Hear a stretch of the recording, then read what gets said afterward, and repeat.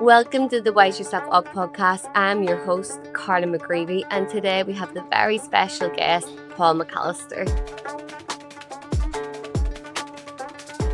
It's so lovely to have you, Paul. Thank you so much, Carla, for having me on.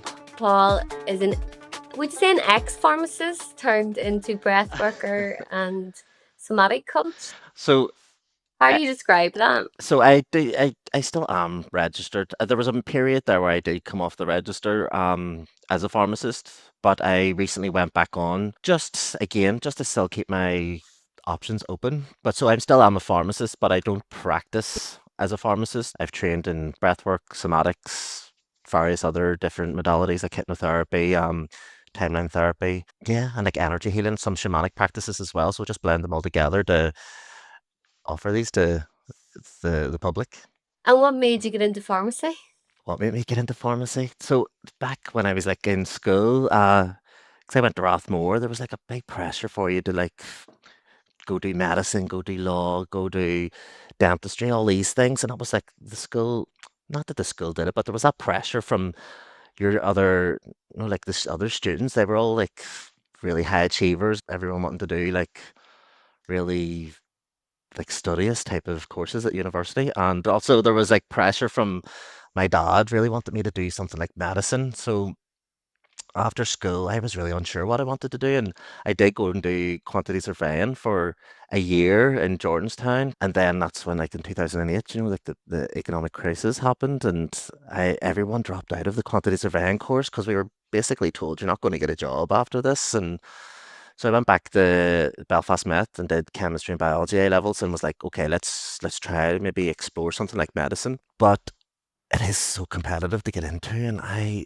just sort of wanted out of Belfast at this point, so I didn't get accepted into medicine or dentistry, but there was just an opening for pharmacy in a university over in just in the outskirts of London. So I was just like, do you want? I'm just gonna go. And I went over and didn't really know much about pharmacy at the time, but I'm seeing now, like on reflection, it was like the universe had a bigger plan for me, so I Yeah. trusted it all. And when I actually finally like sort of got my head around the whole pharmacy thing and was doing like different placements and that, I was really enjoying it, and I could see that there's a lot more options and potential for a pharmacist than what maybe like a dentist or even a doctor can do. Like we can go into so many different industries, and which I wasn't really aware of. When I thought of pharmacy, I thought just the person like in the chemist at the bottom of your street just handing over the boxes of pills. But there's a lot more. There is a lot more to it, and I went down more the clinical route with pharmacy. So working in hospitals. Okay, I didn't understand what that meant, so thank you for Yeah, that. yeah, yeah. So like they're like the pharmacy department in most hospitals is probably the biggest department in the whole hospital, so there'd be pharmacists on wards, like making sure that the right medication's being given to the patients and stuff on the ward and making sure there's no interactions and all that jazz. And did you work in the hospitals in London then? Yeah, so I done my pre-registration year in the Royal Free Hospital in Hampstead Heath. It's pretty large, like teaching hospital. So I got like loads of different experience in cardiology ward, respiratory ward. Actually, there's a large like HIV clinic there, so I spent a bit of time there and doing like manufacturing where we would make up things like the chemotherapy and those type of drugs, like compounding drugs that need to be Yeah. made there and then for like particular patients.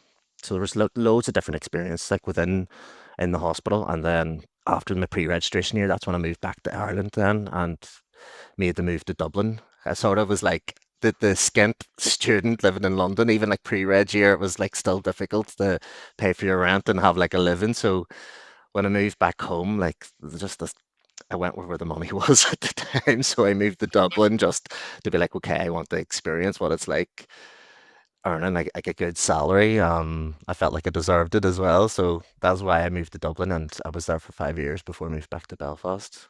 Oh wow, it's a hmm long time. And then did you practice in Belfast as well then as a pharmacist? Yeah, when I moved back to Belfast there, just under 4 years ago, I worked in the city hospital in the cancer unit there for just for a few months. I just knew when I was coming back to Belfast, I really wanted to set up my own business or go down the path that I feel more called to. But I needed to make that transition. I didn't want to come back up here and not be making a living, So I worked in the city hospital for a few months. And then things just really seemed to take off from there. And I just thought, you know what, thing.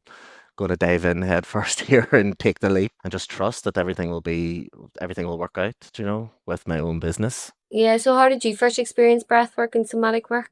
How did you come to know about it? So how I came to know about it was when I started to explore my own healing journey, I went down the route of plant medicines at the time, and yeah, it was amazing, the experience and everything, but there was no education or awareness around how to regulate yourself. It was just more like there's the experience, and then integrating it afterwards was so overwhelming for me. Like I'd never really tapped into my emotions or my nervous system, and for like maybe a good year after like my first retreat, I wasn't in the best place, and it was from there then like I needed to learn more about my nervous system, learn how to regulate myself. Do you know what it is that triggers me? How to make myself feel safe. Basically, that's the key. Was like I just wanted to feel safe, and I wasn't able to do it myself. So going down the route of breath work, body work, somatics really helped me embrace that safety within instead of seeking it externally,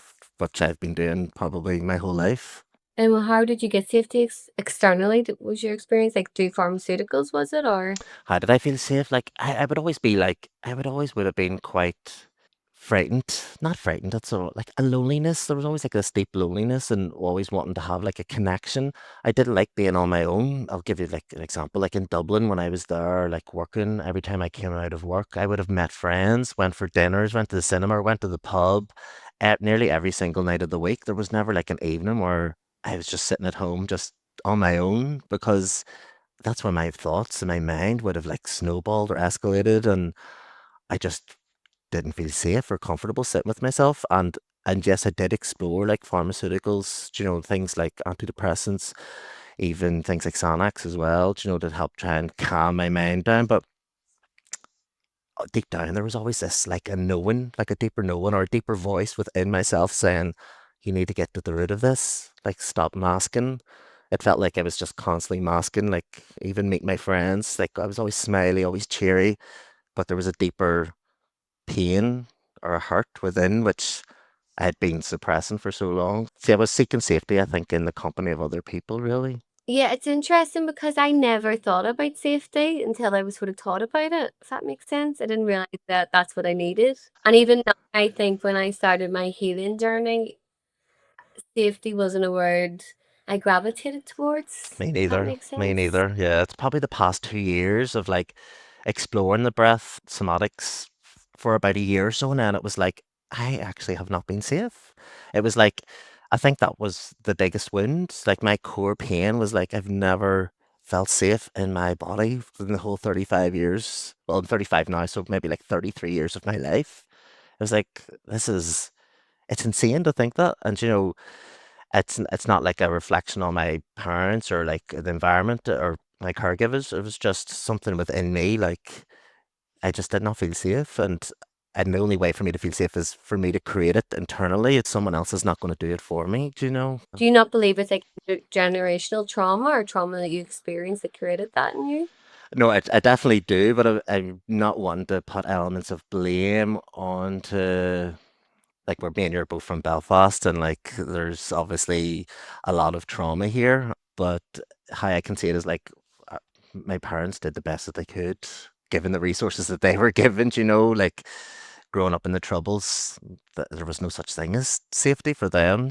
So it's just been rippled, like their own awareness or their capability of coping with their own emotions has just been passed on, and their awareness was maybe very little of dealing with their emotions. Maybe it was through drink, maybe through drugs, So I 100% do believe in generational trauma. Just also very aware of not wanting to blame anyone.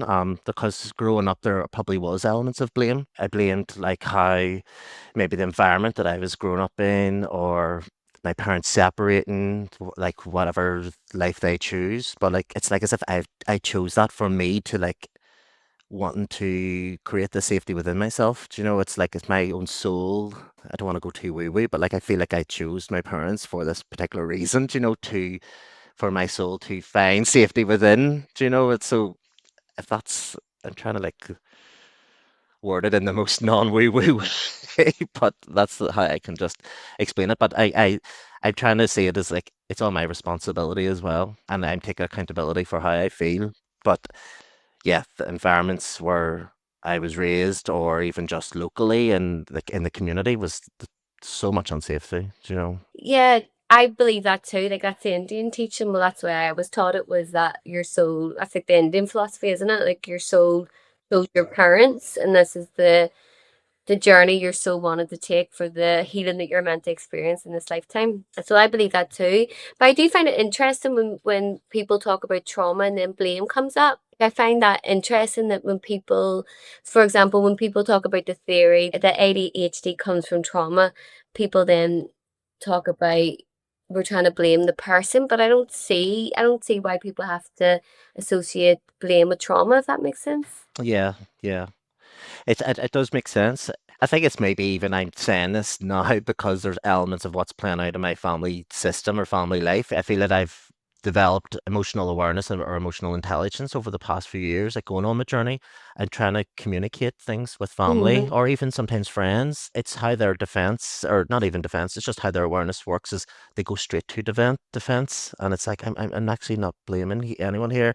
I'm just expressing how I feel about something. This is how I feel. It's not about any element of blame here, like, but if people do feel that I am blaming them, it's obviously bringing something up within themselves that they need to sit and look at because it's like poked a little wound within them. Is how I see it. But so this is what's sort of playing out in my family dynamics at the minute, and that's why I was very careful of like not wanting to say like, well, saying okay, there's no elements of blame here. It's just these are things that I have chose to experience, on my path. And there's a little wee YouTube video that I always watch. It's called like The Little Soul in the Sun.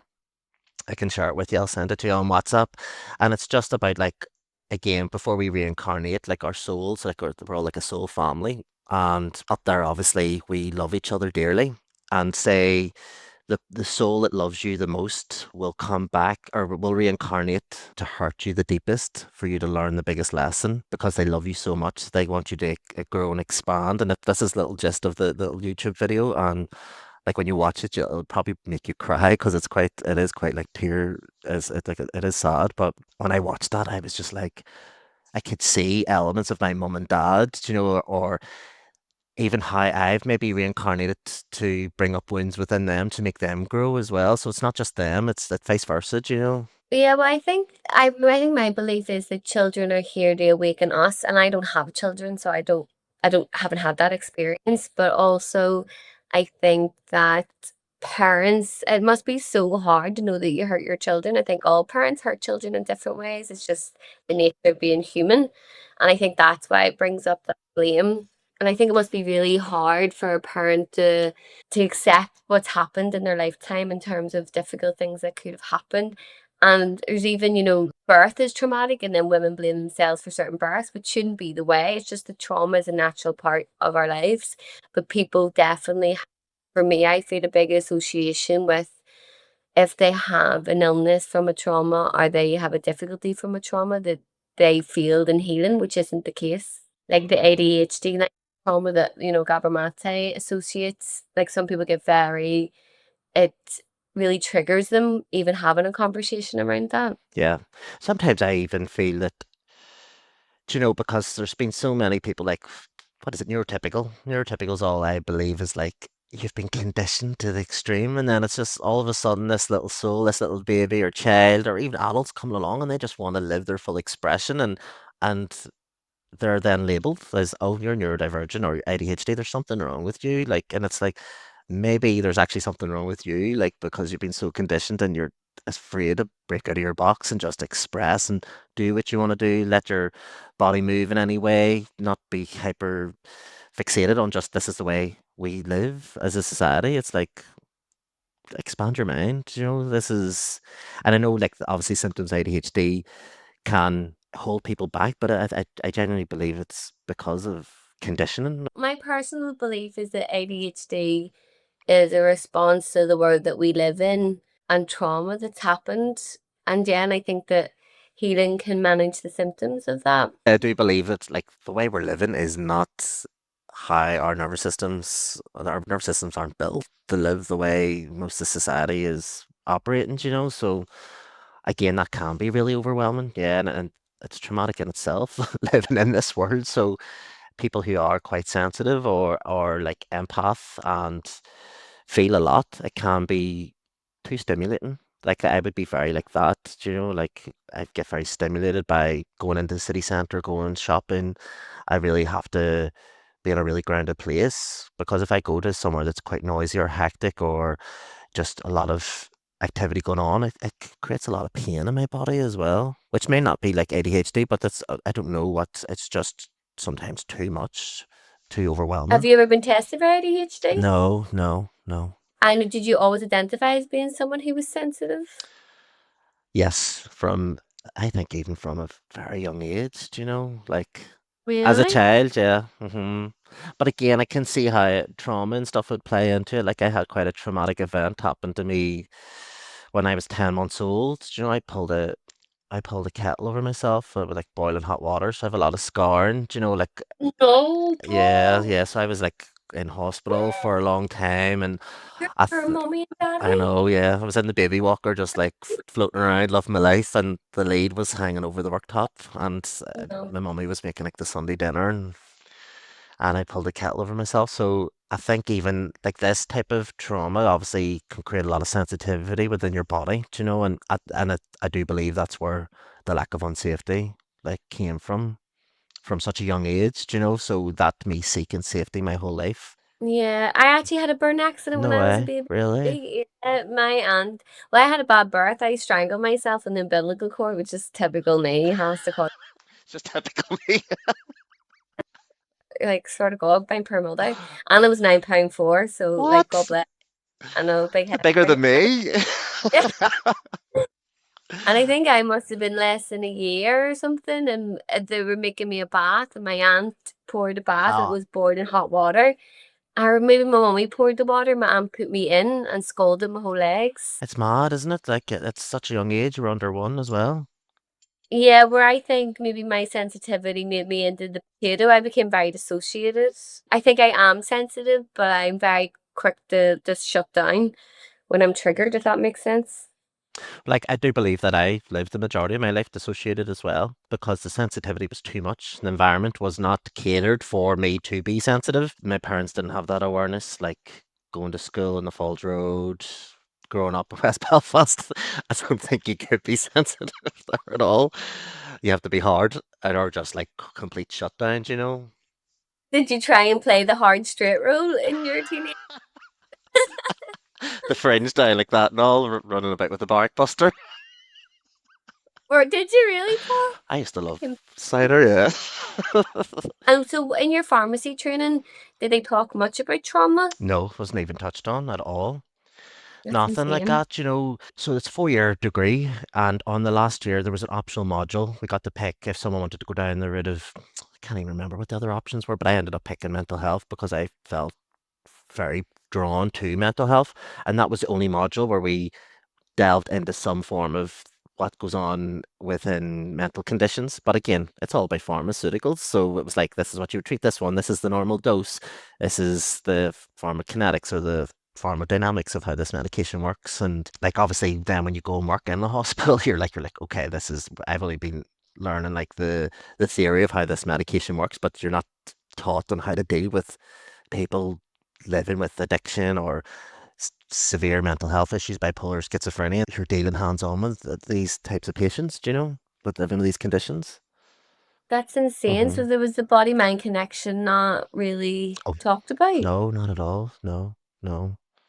I don't think. Well, I'm sure as if you were to work within like the trust or the NHS, over time you might go down the route of maybe some form of like trauma training. But in the university, no, it wasn't anything that was touched on. In the degree, it's all about what medication. There's no like sort of alternative, like how that would help. It's straight to like this is a tablet for that, and you're taught how to put someone onto a medication and the testing and everything that you need to do to make sure that they're safe for it, but there's no education around how to take someone off a medication.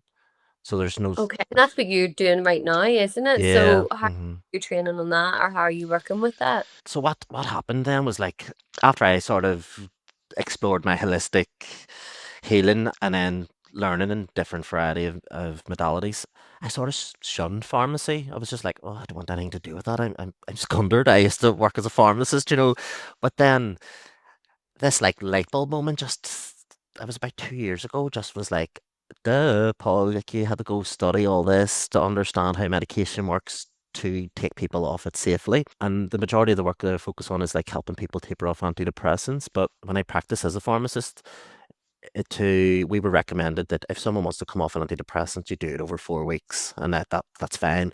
And it didn't take into account how long the person's been on the medication, the dose of the medication, or anything like that. It was just like 4 weeks, they'll be off it. You just half it, then half it again, half, and then it's out, out of their system. But it's never been acknowledged that there's serious withdrawal effects, if of people coming off antidepressants. It's only something that's really came out there since like 2020. They're acknowledging it, that people can have serious like rebound effects, and they might mistake it for depression coming back, and then they go back on the medication where it's actually just the medication leaving their system. So my approach to it is go really, really slow and educating people on like the elements of somatic, using the breath, knowing how to regulate. These particular methods don't help with some of the withdrawal effects, but to help people just relax in their nervous systems. Like some of the withdrawal effects are things like brain saps or feeling like cold and flu symptoms, and this can last for months. But if you take it really slow, you're reducing the risks of withdrawal effects, and then also educating people and empowering them to like, okay, I know how to regulate myself, or aware of their triggers and things like that is the approach that I take. And I do explore like, well, for me, I do active research to see if which supplements and things, or if there's any types of teas that can help people like even calm their nervous system, like help soothe things, so I do recommend some supplements or like alternatives, like little herbal teas. Like I work a lot with Blue Lotus, which is really good for the nervous system. And do you feel that 4 weeks is too soon? Yeah, it's far too soon. Say if someone has been on, especially here in the north of Ireland, if someone's been on an antidepressant for like 20, 30 years due to trauma that happened a long time ago, if you were to take them off that medication like over 4 weeks, the withdrawal effects could be very serious for them, and like the approach I would take there, like it could be at least like 6 months to maybe even a year. Just really depends on the individual. I would like take it like maybe a dose reduction of like 10%, 12%, and then leave them on that dose for maybe 4 weeks. But if they start to experience withdrawal effects, you keep them on that dose until the withdrawal effects go away. So that could even be like 3 or 4 weeks extra again on that dose. And then once the Yeah. withdrawal effects have subsided, then go for another dose reduction. So it can be quite lengthy, but it's the safest option. Yeah, and it sounds like there's a complete lack of resource to Mm-hmm. support people and education around that, Yeah, yeah. right? Like psychiatric medication, there's like guidelines called the Maudsley guidelines, and that's like sort of like the national standard for like the NHS.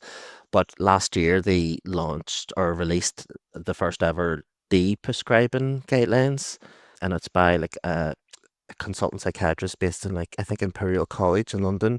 His name's Dr. Mark Horowitz, and he's like leading the way in de-prescribing psychiatric medication, things like benzodiazepines like diazepam, Xanax, and things like that, antidepressants, things like gabapentinoids, like gabapentin, like pregabalin, that's Lyrica. It's quite commonly prescribed as well now. So he's leading the way in that research of how to safely take people off these medications, and he advises very, very slow tapering because he's been through his own journey of antidepressants and trying to come off them, and that he knew it was withdrawal effects and not depression coming back. And he would even come out and say things like, he has a lot of YouTube videos, and he's done a lot of podcasts, like whenever you go to the doctor and you're like talking about your mental health, they're basing that on an assumption that you have low serotonin, so it's an assumption. They've never done a blood test to check for low serotonin or anything like that. But say if you went to the doctor with maybe questioning diabetes, they'll check your blood sugars. They'll do a blood test, or if you maybe go to the doctor with, okay, my blood pressure is playing up, so they'll do blood pressure tests. They'll fit you for like a blood pressure monitor and assess that. before they go and prescribe a medication. So even having that awareness of like they are just prescribing a medication based on an assumption is, I think, ridiculous because we're playing with people's mental health here. It's not something that we should be playing around with. Oh, let's try this antidepressant, and if that one doesn't work, like 3 months down the line, we can try this other one, or 6 months down the line. It's like we need to address the issue pretty there and then, to not just medicate. That's my point of view on it. But again, I know antidepressants do have their place and they've worked for people. I'm not shunning them whatsoever. Like it's like people need it for a short period of time. I just don't believe that people should be left on them for years and years, do you know? Yeah, and so excuse my ignorance here, so people can have depression, not necessarily have low serotonin. So there's just saying, oh, it's a chemical imbalance, but you know, like it's an assumption, even for my own as well. Like I have suffered with depression majority of my life, but I wasn't aware of it. But I think, well, I feel that it was lack of connection. Do you know, it's what they say is like depression, opposite to it is connection. And it's the same with addiction, do you know, it's like we were just Yeah. craving that human connection or like nurturing or that intimacy that way. So yeah, I don't believe that depression is low serotonin. It's hard to because I'm really from the school of thought of Gabor about the early impact of those first 3 years, first 6 years on a child's development. And I think that in my experience, people who've had depression, if they understood the impact of the parent child connection, then they would understand. For me, this is how I see it, that there's nothing wrong with them, that it's just the experiences that they've had in life has led to this disconnection and this impact. And I think that's what I find so sad is people think that there's something wrong with them, but it's just they wouldn't even recognize that they've had trauma because for some people it's a part of their life that they don't even remember. Like they might not know that their mother had bad depression Yeah, for those first 3 years of their life, don't remember it.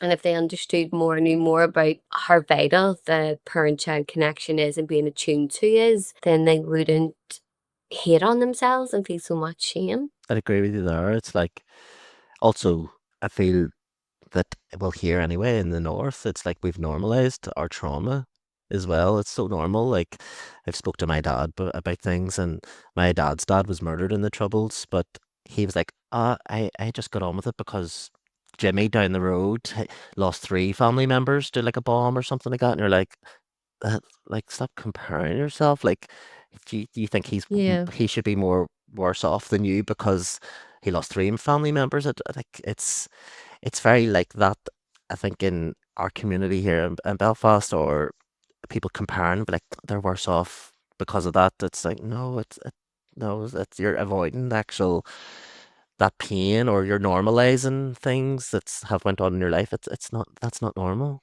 do you know? Yeah, it's quite hard. It's quite hard. Like, how Yeah. old was your daddy when he lost his He daddy? was 18.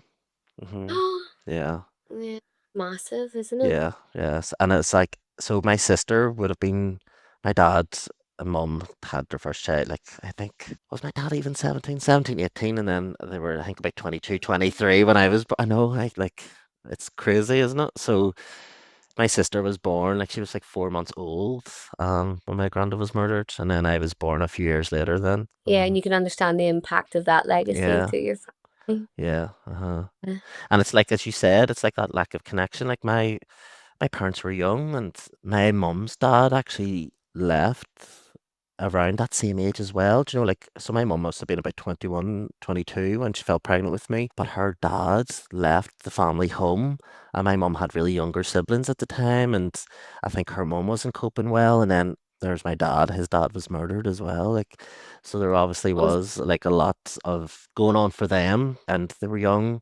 They were also punks, like they were like skinheads, so they're probably oh, just living that really? life. Like babies having babies? Basically, yeah. That element of connection at such a young age, you know, that like the developmental connection with the parents probably was missing in my development. Yeah, well, the research says now that we are attuned to our parents actually until like we in puberty or like 24, 25 until our brains fully develop, which is Uh-huh. mad. Yeah. So if you think about like when you have babies having babies who don't know how to attune to their emotions, that Hmm. they're not gonna be able to attune to their children's No, emotions. no, no. And there was actually research I was reading today saying so it was all about the cuts in the services Oh, yeah. in the North of Hmm. Ireland and just how bad it is. Like we have some of the worst statistics for health services Really? across the UK, Okay. and that we have the most prescribed antidepressants per head in the world, Yeah. Uh-huh. I, which I is knew so that. I knew stupid. that. It's insane.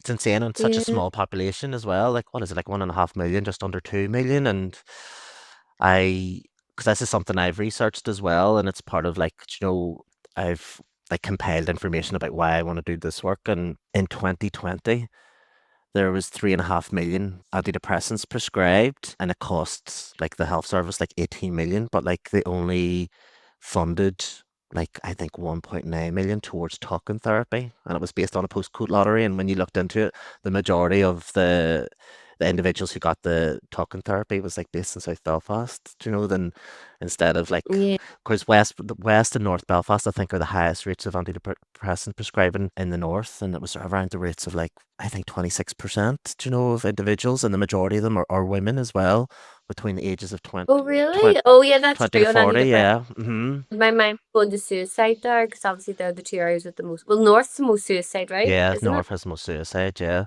but it's women actually. Yeah, males are the ones with highest rates of suicide. Do you know? So, and then it's like they say in the article that I read, it was about 2/3 of women. So it's if there's 3.5 million prescriptions antidepressants, 2/3 of them are for females. I think it's like 25% in America and around the same in the UK. Women are on Hmm. antidepressants, Yeah, it's which is scary yeah, statistics. and it's likely maybe around like if you're talking between the ages like 20 to 40, maybe women perimenopausal or anything like that. It's the rates of prescribing of antidepressants of women and women who are menopausal and stuff is like through the roof, as well. And it's like there's other ways to approach that or tackle it, and not just giving medication or well antidepressants.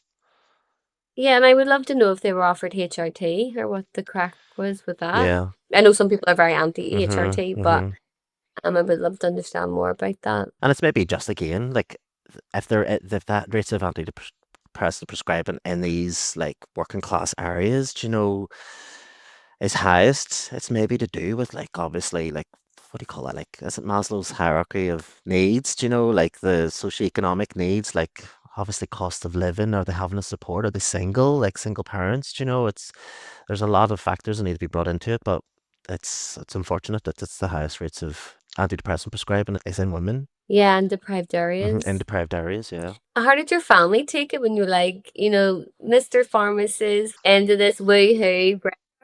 I would love to hear the West Belfast response because I know what my West Belfast response was.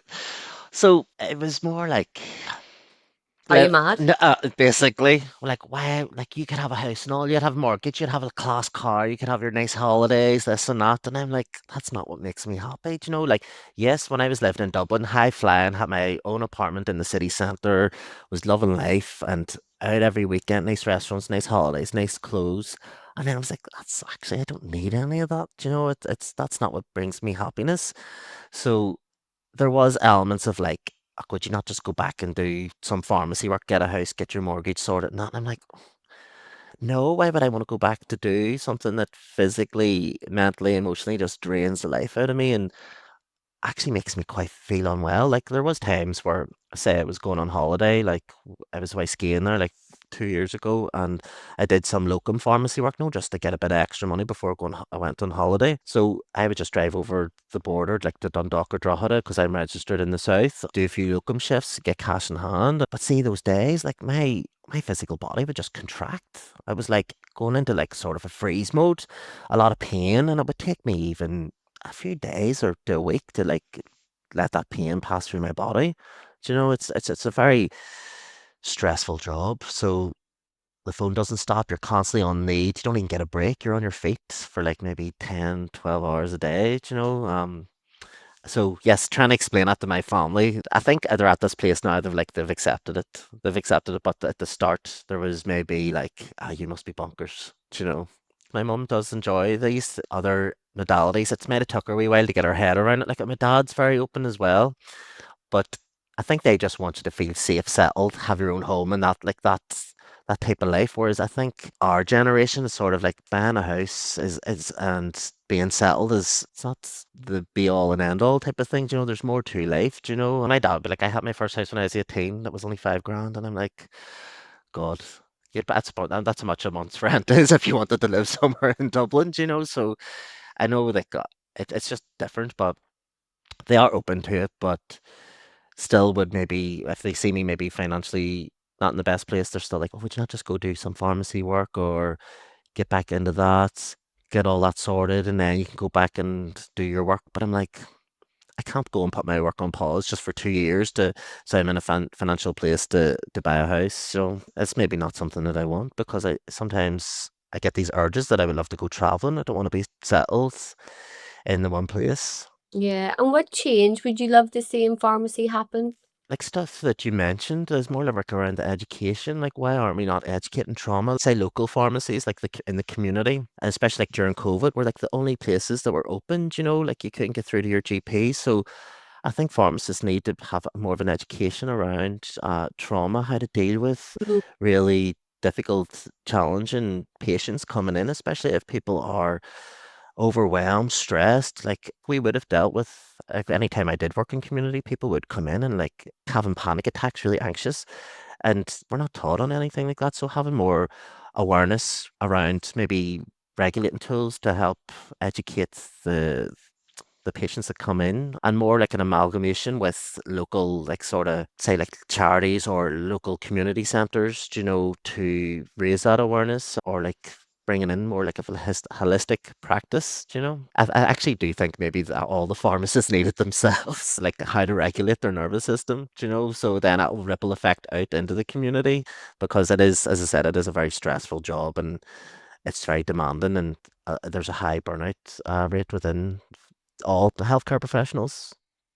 Yeah, my friend is a pharmacist, and she said, there'd be some patients who just want the connection and wanted to have Yeah. a chat Hmm. on the phone. And yeah, she was very, very burnt out. And I think it's the stress of there's a lot of pressure. What I've heard is on making sure that there's no mistakes made, there's no room for no error. And it's just a lot of pressure for It pharmacists. is like I remember one of the on the first days in university, like we were taught like you need to be on your game. If you make one mistake and that person dies, you're going to prison. And I'm like, what? Like And that's that's what she told me as yeah, well. that's what we're told straight away. And it's like if you make a mistake, your livelihood's gone, you're struck off, you're going to prison. And it's like that the weight of that responsibility on your shoulders is like But even not scary, do you know? does the same happen for doctors? No, No? doctors are really covered. Like we do have like insurance, like liability insurance, but like I don't even think it would stand against you. Like there was a case here in Belfast. I think it was about 10 years ago, and I don't want to nickname pharmacies like the chains or anything, but pharmacists should always have like an assistant, like a pharmacy technician to double check the work, or there should always maybe be Yeah. two pharmacists so we can take breaks. Most of the places, especially companies, don't want to pay that extra money for staff, whereas the pharmacist can do all of it themselves. But there's a risk of making mistakes, especially if they're burnt out or stressed, or there's a lot of stuff going on in the shop. And this particular pharmacist dispensed the wrong medication, like just a blood pressure tablet, and unfortunately the patient died. He was struck off, he lost his house, his job, his wife left, and literally a few months after that happened, he took his own life because he wasn't able to deal with everything, do you know, and but he didn't have any support, do you know, through this. So sad. Like these things are quite common, do you know, within the pharmacy industry because it's like I've worked like a 13-hour shift in some of these big chains with no support whatsoever. I didn't even get a break. Even if I needed to go to the toilet, you're getting someone literally you go into the toilet just to like literally breathe. And there's a wee like counter assistant knocking the door, be like, there's someone here wants to speak to you, and I'm like, can't even take a shit in peace. Yeah. Do you know these Yeah. things? It's like it's non-stop, yeah. But within the pharmacy world, more like of an awareness of the pharmacist's own well-being as well, I think Yeah. is needed. And then, as I said, a ripple effect out to the community. And pharmacists having that education around it being some a trauma awareness or trauma sensitive, do you know, like just even some awareness so they can deal with patients coming in off the street who are not feeling safe or just wanting to talk to someone, as you said. There seems to be a massive need for an overhaul of just the whole medical system to reflect the body mind. There's a guy called Dr. Peter Litchfield. He's like, I don't know what age the guy must be, but he's been studying breath for like 80 years. God knows what age he is. And he says, we've been studying it all wrong. It should never have been two separate schools. It's like, when are we going to finally amalgamate the two? At the end of the day, like the health system is a business. It's a business, and it's like and all they see is profit, money. So Did you find that influenced what drugs you got into the pharmacy? so in the south, it's a bit different than what it is up here because they pay a lot for their medication down there. You could see how some GPs might have been influenced by a pharmaceutical rep because all of a sudden the prescribing for a particular condition from that one GP made a change, and it was like, and you're then starting to query like, why was it this? Especially, if there might have been drug interactions or like you didn't safely switch the person to a different medication, and that would have just you would have just seen these wee things, and as a pharmacist, I would have had like that awareness, being like, okay, you could tell that they've definitely maybe been influenced by the a pharmaceutical rep. It is illegal for them to, like GPs, to take, I don't know, gifts or payouts, Yeah. whatever, but these things do happen. Yeah. My friend, that's the question I have for you. My friend is on cancer Mm-hmm. medication, but the brands change every month or whatever, couple of months. I don't know how often she gets them. I know she takes them maybe daily. And she notices that some brands she's better on than others in Yeah. terms of her sleep. Mm-hmm. And the pharmacist said that she can't request certain brands. And I was like, that is so bad. So it's especially something like that, yeah, it'd be recommended to keep them on like the same brand, but it's usually to do with cost saving in the north because the government or the health service pay pharmacies pittance. Most I've only read there recently, like in the UK, most pharmacies, like I think it was like 95% of pharmacies are operating at a loss because the NHS doesn't pay. So pharmacists are contracted by the NHS to provide the service, but they're paying them like little pennies, and obviously they have to run the shop, pay staff, all this jazz, order the stock in. So most pharmacies are operating at a loss. So what they try to do is find the cheapest option, and that's why the brands would constantly change. So it's like generic medication because if the cheaper the medication is, the more profit the pharmacy is going to make, and that's probably why the medication's changing constantly. But if the government started to pay a proper fee to the pharmacies, it wouldn't be an issue then for, I'd say, for brands like this request specific brands, because then like these branded names costs the pharmacies more. Do you know? So that's like even like these type of things. This is what pharmacists are dealing with, like trying to order in the stock, and if they're wanting the pharmacy to operate at a profit, you're constantly looking at these wholesalers, and sometimes it could be hours a day just trying to find the cheapest stock to make the pharmacy profitable. Do you know? Instead of the customer being at Mm-hmm. the Yeah, forefront. exactly. Yeah, it's all a business, and I really noticed that in the south as well. It's just money mad. Do you know? Oh, money mad in the south more than the Yeah, north. yeah, yeah. Because everything is like private down there, so it was like just trying to get the most money as possible out of the patient. Do you know? And how long have you been teaching breathwork now? So I trained as a breathwork facilitator, I think about 3 years ago, 3.5 years ago.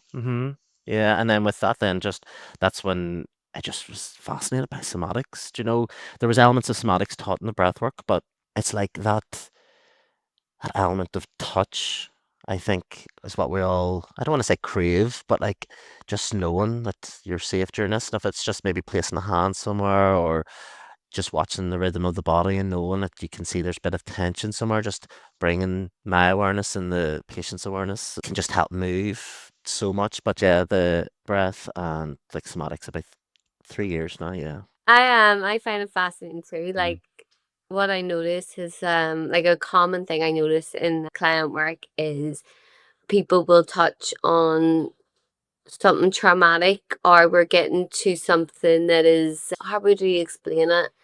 Like we're really getting to the root of something, and then they'll cover their hands as a safety thing. Like they'll wrap their cardigan around their hands and You're hide like, it, which was a common thing I used to yeah. do. The comfort thing, isn't it? Because hiding your wrist is linked to like surrender, isn't it?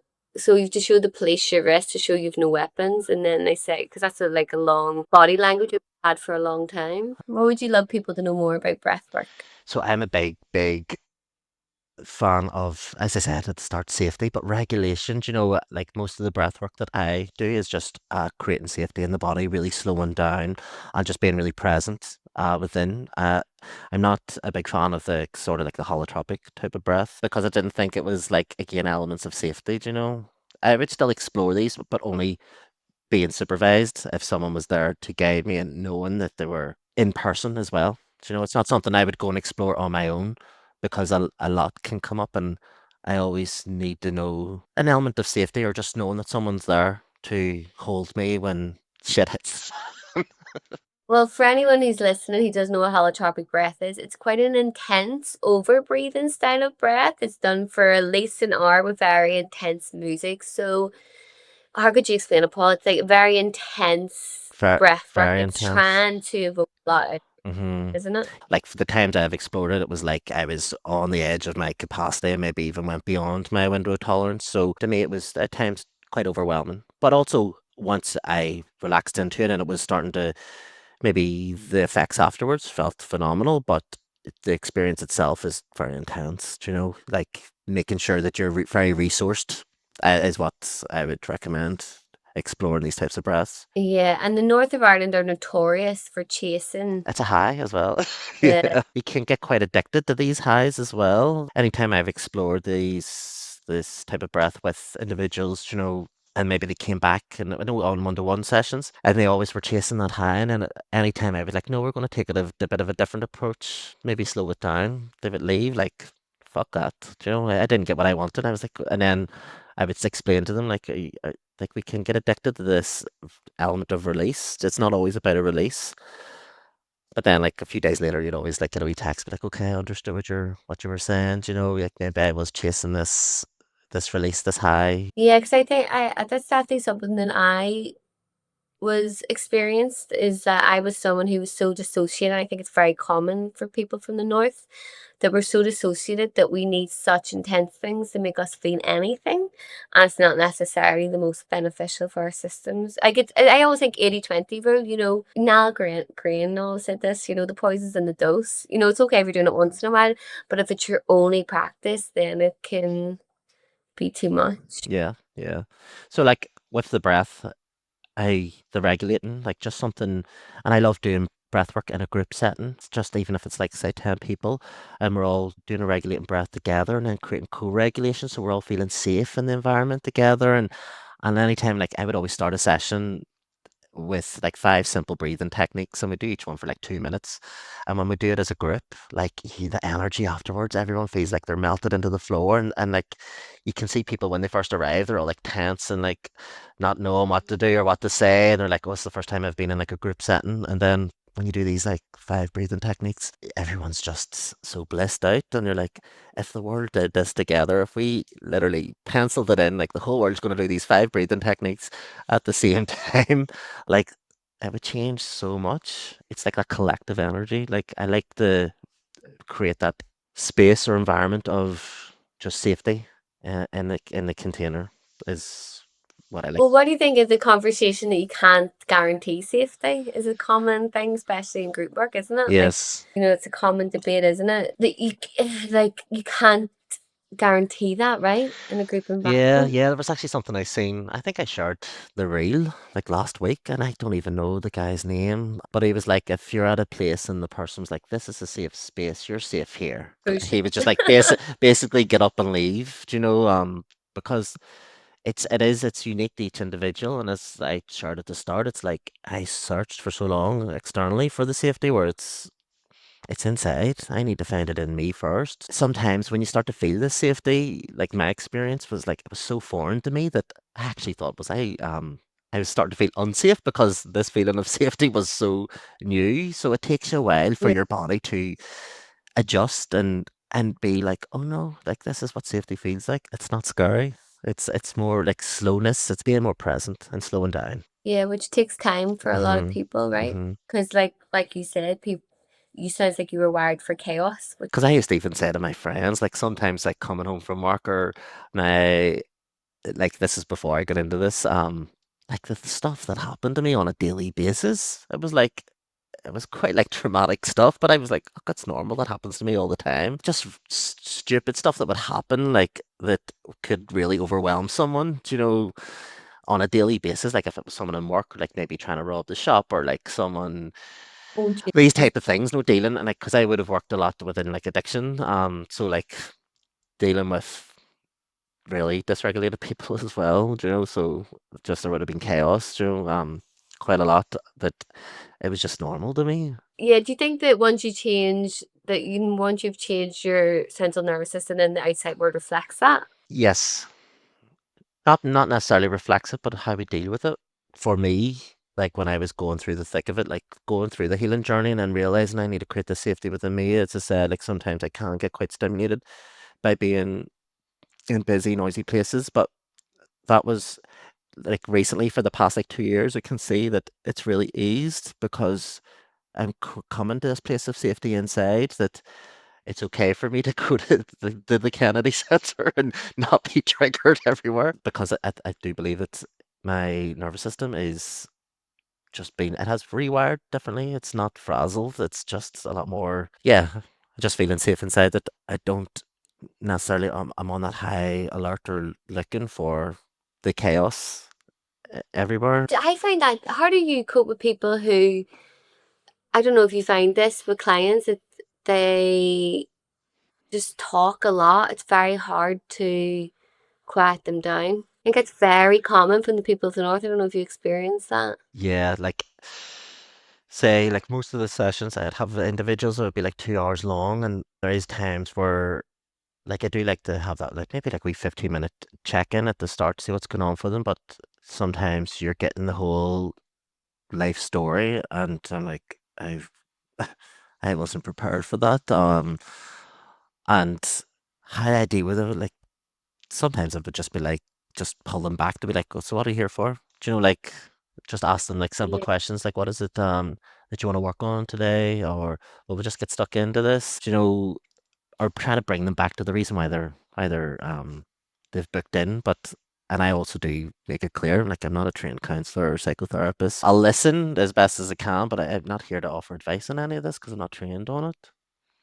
Yeah. Mm. You want to work with the body and the breath. Yeah, it's really hard to actually sometimes bring people back to the reason. What's your thoughts on the trauma porn online? I Hmm. actually think it puts people off going to breathwork and somatics. And what I mean by trauma porn is people like violently shaking and having hysterical breakdowns, which is all you seem to see on Instagram these days. Hmm. I was actually just going to say the word "boke," but people might not even know what that word means. But it, like, see, when I see that, like, I do feel element of unsafety, or that the actual facilitator themselves are not even present for the person, and I see it as dangerous. And then it gives people who are watching it maybe like, I think I need to experience that when they maybe go for a session like that and they don't have that experience. It might make them think, is there something wrong with me? Am I not doing this properly? But like in these videos, it doesn't really go into the context of like how long has this person been doing this for, how they regulated, or what type of practice has went on. But it's not right ethically, like morally. Like I don't think the actual person sharing it is operating with integrity. Do you know if it's sharing something so vulnerable and sacred to someone's healing journey? Just to try and get a few more bookings or someone to sign on to their training course. It's all for marketing.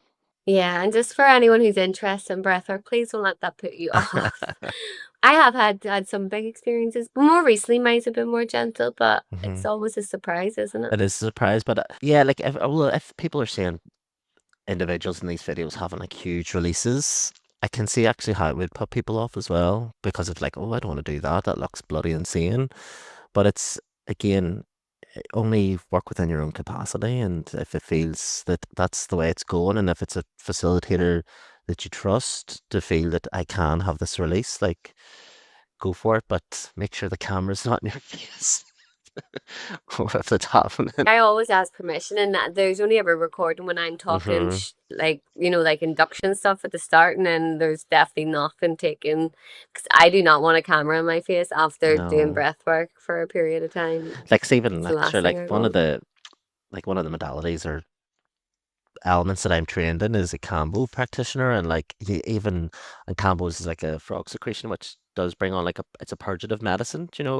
People can eat Oh, Campo, did you say? Cambo, Sorry. yeah, yeah, Cambo, yeah. And it's like even in this space, like you're seeing where the facilitator is like with the camera recording the person like vomiting into the bucket, and I'm like, you are really not present or aware of that person's space. If you're too busy getting like the proper shot for your Instagram, like anything could really go wrong, like because it's you're working with a powerful medicine and the sacredness is just out the window. You're seeing a lot of that in this space as well. It just doesn't feel right. Campo's been heavily promoted, isn't it, in the north? Yeah, like You're sitting with that for people. I don't like that was one of the first things I trained in. When I left, when I was still working as a pharmacist, I went off because I found Campbell was really powerful for my healing. It helped me with IBS symptoms. So I went off and trained to become a Campbell practitioner. And at the beginning, like yeah, I was quite busy with working with Campbell, but now there's quite a number of like facilitators, practitioners in the north. So I only serve Campbell to clients that I've been working with like quite a while when I know that they feel ready for this, or if we're like wanting to take it to like a deeper level. It's not something I actively advertise or put out there, but it's it's something I do work with. But I probably since the start of this year, I think I've maybe served Campbell 4 or 5 times. Do you want to explain what Campo is for anyone who doesn't know? Yeah, so Cambo is a secretion from an Amazonian frog. Sometimes you might read, oh, it's a poison or a toxin, so why would you want to put it into your system? But it's been proven that the secretion from the frog is just actually like a sweat. So the frog secretes it. It's basically sort of like a sunscreen because it's in the Amazonian jungle and the frogs live in the trees, so it's to stop them from like dehydrating. And it also does help them warn off any predators. So, like if a snake came along and tried to bite the snake or bite the frog, the secretion would make the snake like repel the frog out of its mouth, basically. So, anyway, how the combo is administered to individuals is through like little gates in the skin. So it's like little burn mark, usually on the tops of the arms. You just scratch off the top layer. Yeah, I still have Oh, mine. did you I do don't know it? if you can Did you do see. it? Yeah, I was actually going to pull my sleeve Uh, up to see if you can see maybe we elements of like dots down here. I've done November 2020, and but I was taking 5 DMT after, but I hated it. I was like, I feel like I've been a heroin addict for 20 years. I'm coming off heroin. And there was this Colombian girl with me who wasn't suffering like me, and I was like, I must be evil inside. Like, what have I done? Like, why Releasing am I your suffering demons. that I'm suffering? It works with the lymphatic system. So this secretion is just applied to the little burns in the skin, and you do it on an empty tummy with like you drink maybe about a liter of water, and after about 5, 10 minutes or so, you feel quite nauseous, and then that's when you're just clearing out any like I like to call like stagnant energy or sort of toxins or blockages that are going on within your own system, and that can come as a vomit and Well, I had millions. millions of what blocks. But yeah, it must be. It must have had my whole generational line. I swear, it was the land. It can be intense. And then did you do the 5 MU after? Yeah, and Mm. it was amazing. Like it was like my whole body was like played like an instrument. It's a very how would you describe that medicine? It's like DMT, it's like ayahuasca, it's very fast. I- People who just do combo on their own, I'm like, you're mental. Absolute mental. it's a short process though, Whipple, for except for in your circumstance, I don't know what went on there. As you said, you were purging out the generations, but it normally is only about 20, 20, 30 minutes max. And afterwards, like the main benefit that most people feel is like mental clarity. Like feel like a really clear mind, able to make decisions better, a bit more focused on the direction that you want to go in your life. It is great for things like addiction, mental health, like depression, anxiety, physical pain. I would have a lot of people with fibromyalgia actually would sit with Cambo. Yeah, it is. It's one of those all-rounder things, but again, make sure if it was something you want to explore, make sure the practitioner like is properly screening because there is a lot of contraindications, especially if people have like head injuries or schizophrenia, bipolar, or heart conditions. It's not safe to sit with Cambo. Just be far too risky. Yeah, well don't go by my advice on it, but oh, I just had a terrible time. There's been times where I've done it and I was like, what in the good fuck have I done? What have I opened up here? And then there's times afterwards, it's like, or during the actual process, it's quite a spiritual experience, like of just feeling this really deep connectiveness to myself. And yes, there's still like the purge, which sometimes can come quite easily, and then there's times where it's like quite a struggle of releasing whatever needs to come out of your system, you know? There's one more question I want to ask Yes, go before for we it. finish up. What would you wish more people knew about breath work? That it's accessible. It's easily accessible. It's something that you can do in your own time, in your own space. It's something that we should be doing every day. It is something we do actually every day. We breathe every day. It's how we live. Do you know, it's how we function. But bringing more awareness to it and ensuring that we're breathing properly at times when we're feeling stressed, overwhelmed, in jobs, like we're busy. Just knowing, just take a breath, slow down, and heal slowly in through your nose, now through the mouth. There was actually somebody sent in a very hard question for you on Instagram, and it said, like, how much do you think illness would be reduced if people knew how to breathe better? Which I was like, that is so massive a question, as if Paul could answer that, you know what I mean? But obviously, if people could breathe better, it would definitely help Hmm. mental illness and depression, that connection to yourself. I was going to say, and physically, do you know, I find whenever I slow down and do connect to my breath, because I do, and I personally believe I do suffer with physical pain due to that scalding accident when I was a kid. It obviously still holding a lot of physical trauma to that because of scars all around my legs. That slowing down and connecting to the pain that we have in our body and processing it through that connection to move then the emotions that are blocked within the pain, do you know, it can be, yeah, I do believe that we can work through physical illnesses as well with using the breath. Yeah, because I thought that was interesting. Something I read today too was that Ireland has the highest death rate from Oh COPD, no, which is uh-huh. a lung illness in Europe.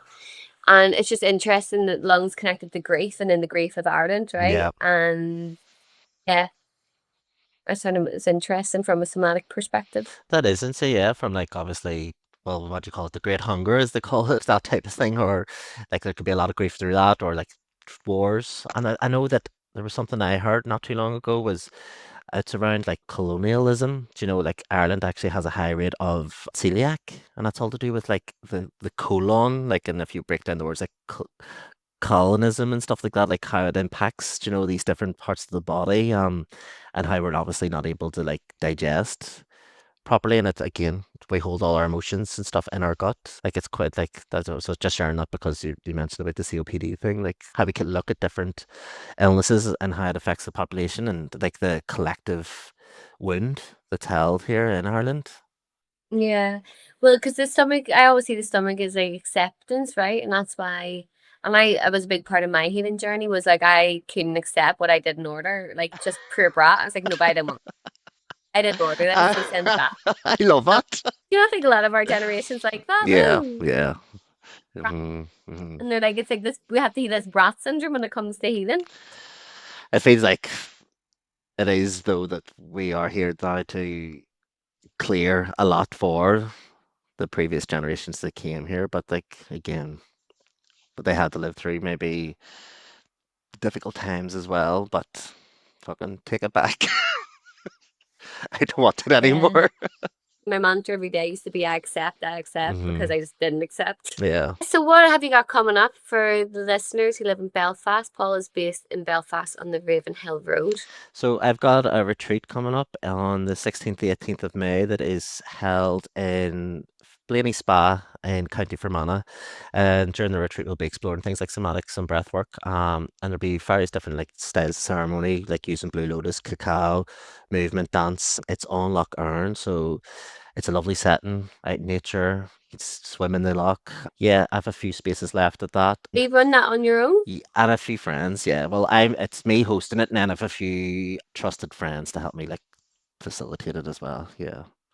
First time like running a retreat. I've like assisted on multiple retreats, but now I'm just like, do you know what? It's about time I do my own thing now too. So I'm excited about that. And I'm also at the moment nearly finished a psychedelic screening course. And the reason why I wanted to do this was obviously, as we know, like psychedelics are popping up everywhere, but it's not for everyone. Or a lot of people are on medication as well and maybe wanting to explore psychedelics like the likes of MDMA, ketamine, ibogaine, ayahuasca, DMT, mushrooms, LSD. So this training that I'm doing goes into all the different psychedelics and what medications would interact with it, or if people are on the likes of antidepressants, how we could like move their dose or the best protocol that they should follow for them to be able to sit with the medicine, do you know? And it also goes into like physical symptoms and things like that. Like what if people have like things like migraines or Parkinson's and arthritis, what psychedelics actually help with these conditions instead of them being medicated, do you know? It's by Dr. Benjamin Malcolm. He's Spirit Pharmacist online,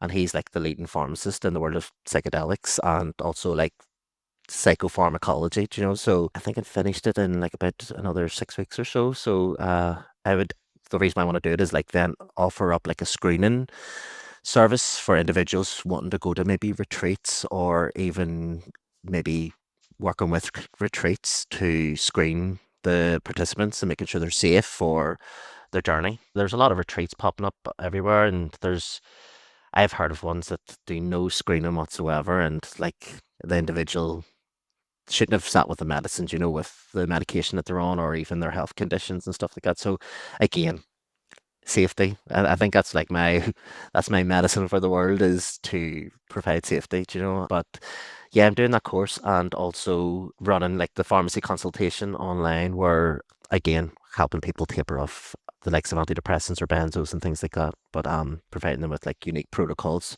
So my work is in person for like somatics breathwork, and then you can also get me online for more of the pharmacy consultancy work. We'll link all your details below, Paul, and I actually need to plug my retreat too. Yes, go for it. I have a retreat in Donegal, which I've been running for a few years now, so I'm so excited to get back, and there's some spaces left for that. It's on the summer solstice. So I'm praying for gorgeous weather like we have right now. All Paul's details will be linked below, and any questions you have about today's episode. And if you enjoyed today's episode, please share it online. And yeah, I think that's everything. Mm. Thank you so much, Paul, Thank and I'll you. probably see you when I'm back in Yes, I'll see you Belfast. then. Yes, thank you so much for having me on, Carla.